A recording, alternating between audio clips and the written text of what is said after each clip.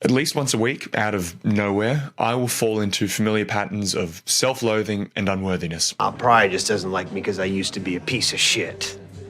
We all fall into spells of feeling burned out, anxious, inadequate, in need of hope and inspiration. But when you're down there, it can feel like there's no way out, like you're going to be stuck there forever, and all your logic and 200 self-improvement books you've read go out the window. Every time I've felt this way, reading just a few pages of this book helped me move through those feelings. Not run away from them, not deny them, but accept them and move through them. This is The How, Notes on the Great Work of Meeting Yourself by Yrsa Daley-Ward. This book is like a collection of ideas, poetry, ruminations, affirmations, encouragements. It's actually really hard to categorize, which is totally fine. I'm totally fine with that. Whatever you want to call it, it is an undeniably hopeful and life-affirming book. So I want to give you my 5 favorite lessons from Yrsa Daley-Ward's The How.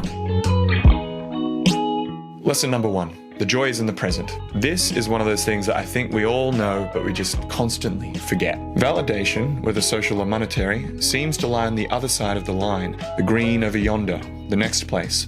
When we have achieved insert milestone, things will be better. When you have gone insert place, things will be better. When you have acquired insert new material thing, things will be better. In order to feel vital and have any real enjoyment, we must find the beauty in the dreaming and planning and less so in the outcome. If joy is to exist at all, it can only ever be now. I added the that was an accident. That's so beautiful, you know, and so simple. I feel like all the most important lessons in life are infuriatingly simple. So how do we become more present? How do we be here now? Number 1. Breathe. Don't try to take a really deep breath. I find that doesn't work for me, makes me more anxious. Just try to make your exhale a little bit longer than your inhale. That'll engage your parasympathetic nervous system and calm you down. Number 2, just sit in silence for 30 seconds and check in with your body. How does it feel? Do you feel anything in your gut, in your chest? Does it change over time? Is it positive? Is it negative? Is there anything? It's okay if you don't feel anything. I think for a long time I used to beat myself up for not feeling enough when I'm checking in, and that in itself then became frustration and anger. And then I'd be like, oh, now I'm feeling something. And I think that can be a counterproductive spiral. So just know that it's okay to feel nothing. Things will come over time. It happens as it happens. Number 3, have a dance. Just dance in your room, alone. Noise cancelling headphones. Go for it. Number 4, journal. We all know this one. It's tried and true. It works. My only tip is don't try to make it too good. I've fallen into the trap of writing like, ooh, someone's going to pick this up in 10 years and realize I was a genius. When really I just wanted to write, I'm feeling really frustrated. What I end up writing is, oh, my soul has splintered into 1,000 shards on the floor of the moon in a crater built by my own frustrations. It's actually pretty good. You know? Let it go. However it comes out, it comes out. And finally, here's a suggestion from the book. Think of 2 instances in which you are completely fixed on some future outcome. How can you actively begin to enjoy your progress towards those goals in this very moment? That's great. So for me, that looks like I'm shooting this video right now and I'm in my head thinking, is this going to be good? Am I going to have time to edit it later? Is anyone going to watch it? Am I doing the right thing? And really all of that noise takes away from me being present right now, because the more present I am in the moment, the more spontaneous and open and playful I am, and I think that makes better content for you. Try it yourself. Let me know what you find. Lesson number 2, the importance of selfishness. Being selfish still has a negative connotation in our society, and I think it's exactly the opposite. The more I learn to stand up for myself, the more I learn to protect my own time, the more energy I actually have to give to other people. It's selfless to exercise self-care. You are invited to be selfish. You will not be free if you do not take deep, profound care of your soul, your body, your spirit. Leave this out and you can only ever be a fraction of yourself. Before you save a single thing, you must first save yourself.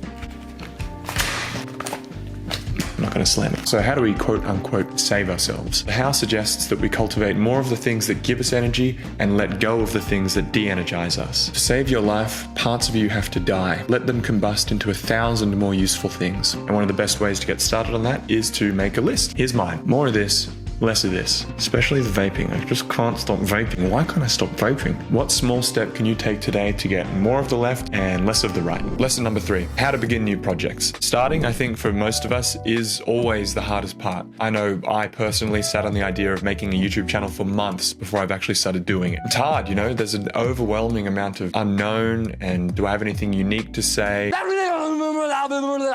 And all of that bullshit can just lead to us quitting before we even begin.